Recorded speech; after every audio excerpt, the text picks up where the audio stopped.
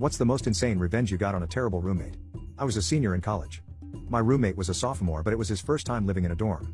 He'd been a pretty lousy roommate, constantly left the room a mess, left his stuff on my side of the room and on my bed, stole my alcohol, used my shit without permission, never cleaned up my dishes after he used them, and a bunch of other stuff. I confronted him about all these issues on several occasions and got the resident advisor involved with the alcohol stealing issue because at the time, he was under 21. Things still continued anyway. He asked me once if it was okay if his girl spent the night, which I said no. We were in the middle of a pandemic, plus that's especially weird if I was there.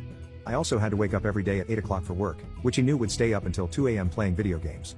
Not to mention, he would set like 10 alarms in the morning with a bunch of different alarm tones. I hit a breaking point and decided to do something cruel. Every morning when I woke up, I'd observe his alarm pattern and how he'd respond. He had several alarms that he'd ignore, all with the same sound. He had a couple half-hour alarms that had a unique sound, and then the final alarm had its own sound too. All of them were default iPhone sounds.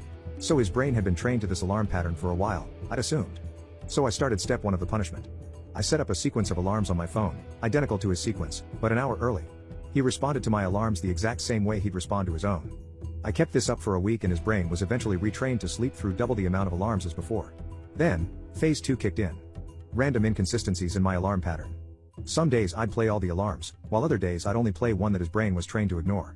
That way, his brain expects to sleep through like 20 alarms and only ever hears 11. He slept through his alarm at least 4 times in 2 weeks. Eventually, he finally changed his alarm pattern so he'd only have one alarm and he no longer had the energy to stay up until 2 a.m.